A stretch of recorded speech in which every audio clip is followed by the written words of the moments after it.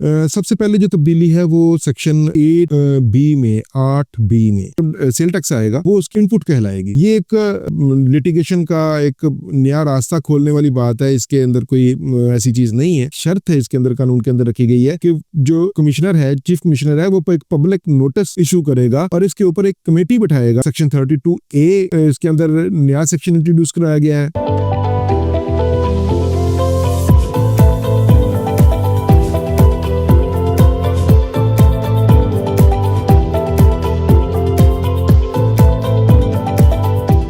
अस्सलाम वालेकुम नाज़रीन, मैं हूं Adeel Haider, advocate high court, और आप देख रहे हैं मेरा YouTube channel legal and economic discussions. नाज़रीन, अभी हाल ही में गुज़िश्ता रोज़ 18 दिसंबर 2024 में इनकम टैक्स और सेल्स टैक्स के कवानीन में कुछ तब्दीलियां की गई हैं जो कि बड़ी अहम तब्दीलियां हैं और काफ़ी लंबी चौड़ी के अंदर डिस्कशन की ज़रूरत है। सबसे पहले जो तब्दीली है वो सेक्शन 8 बी में 8 बी में, इसमें सेक्शन 4 के बाद जो एक चीज़ नई इसके अंदर इंट्रोड्यूस कराई गई है वो ये है, कमिश्नर के पास इख्तियार है कि वो, देखिए इसको मैं थोड़ा सा एलैबोरेट कर देता हूँ कि जब आप सेल या परचेज करते हैं तो जब वो सेल कर रहे थे तो दूसरे बंदे की जो परचेज होगी वो उसका जो सेल टैक्स आएगा वो उसकी इनपुट कहलाएगी। इनपुट को जब आप दोबारा रीयूज करते हैं अपनी सेल्स करते वक्त तो उसके अंदर आप उसका एक खास पोर्शन जो है ना, डिस्ट्रीब्यूटर हज़रात एक खास पोर्शन उसका इस्तेमाल करते हैं, एक स्पेसिफिक पोर्शन इस्तेमाल करते हैं। मगर अब इसके अंदर जो तब्दीली आई है वो ये आई है कि कमिश्नर के पास इख्तियार है कि वो उसका इनपुट जो है, वो जो उसने क्लेम किया है, वो सारा या जितना उसका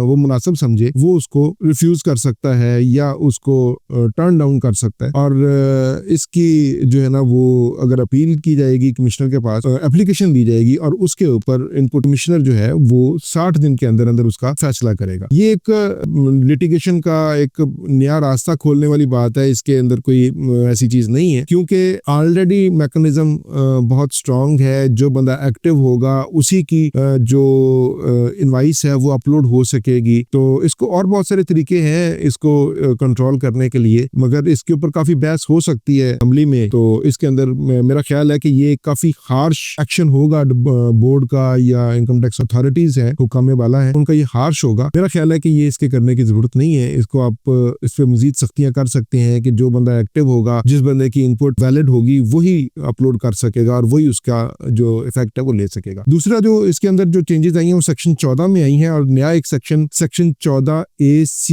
सेल्स टैक्स एक्ट 1990 में ये इंट्रोड्यूस कराया गया है। उसके अंदर ये है कि जो बोर्ड है उसको जो इनकम टैक्स का महकमा है उसको ये इख्तियार दिया गया है कि वो बैंकिंग ऑपरेशंस किसी भी अनरजिस्टर्ड बंदे के, जिसको डिपार्टमेंट ये समझता है कि इसको रजिस्टर होना चाहिए, उसको नोटिस दिया जाएगा या उसको रजिस्टर किया जाएगा। जैसे ये अभी जो ताजर दोस्त स्कीम है इसके अंदर बहुत सारे लोग रजिस्टर किए गए हैं, तो उस डाटा से जो अवेलेबल डाटा है उसके अकॉर्डिंगली अगर डिपार्टमेंट ये समझेगा कि जी फला बंदा जो है ये सेल्स टैक्स में रजिस्ट्रेशन का एलिजिबल है और ये उसको एक नोटिस दिया जाएगा और उस नोटिस के बाद अगर वो रजिस्टर नहीं होता तो उसका बैंकिंग ऑपरेशंस जो है ना वो बंद कर दिए जाएंगे। मसलन कि अगर वो बैंक अकाउंट चला रहा है तो उसको उसके ऊपर डबल चेक लग जाएगा और अगर वो कोई नहीं, अगर वो रजिस्टर होता और वो नया बैंक अकाउंट खुलवाने जाता है तो उसका बैंक अकाउंट नहीं खुलेगा। और अगर वो अपना बैंक अकाउंट अपना वो रजिस्ट्रेशन करवा लेता है तो उसकी ये पाबंदी उसके अंदर से 2 दिन के अंदर अंदर खत्म हो जाएगी। इसी के अंदर एक नया सेक्शन जो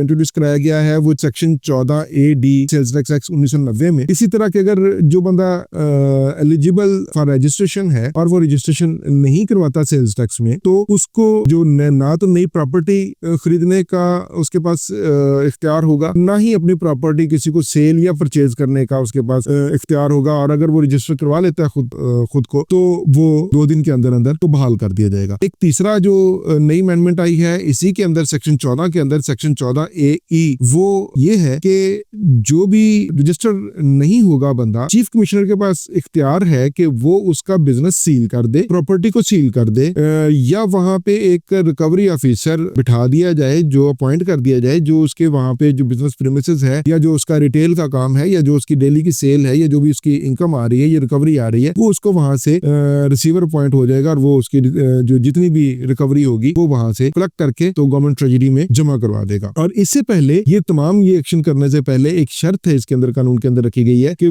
जो कमिश्नर है, चीफ कमिश्नर है, वो एक पब्लिक नोटिस इशू करेगा और इसके ऊपर एक कमेटी बिठाएगा, जो कमेटी 3 बंदों पे मुश्तमिल होगी। उसके अंदर एक चीफ कमिश्नर साहब होंगे, एक कमिश्नर कंसर्न होगा उस एरिया का, उस जोन का, और तीसरा उस जो मार्केट है उसकी ट्रेड बॉडी या चैम्बर ऑफ कॉमर्स का एक नुमाइंदा शामिल होगा और वो इसके ऊपर ओपन हियरिंग करेंगे और ओपन हियरिंग के बाद इसके अंदर वो फैसला करेंगे। और अगर जो है ना रजिस्ट्रेशन हो जाती है तो 2 दिन के अंदर अंदर उसको डीसील भी कर दिया जाएगा और इसकी अपील चीफ कमिश्नर के पास नहीं होगी, इसकी अपील बोर्ड में होगी। और इसके बाद एक सेक्शन 32A इसके अंदर नया सेक्शन इंट्रोड्यूस कराया गया है।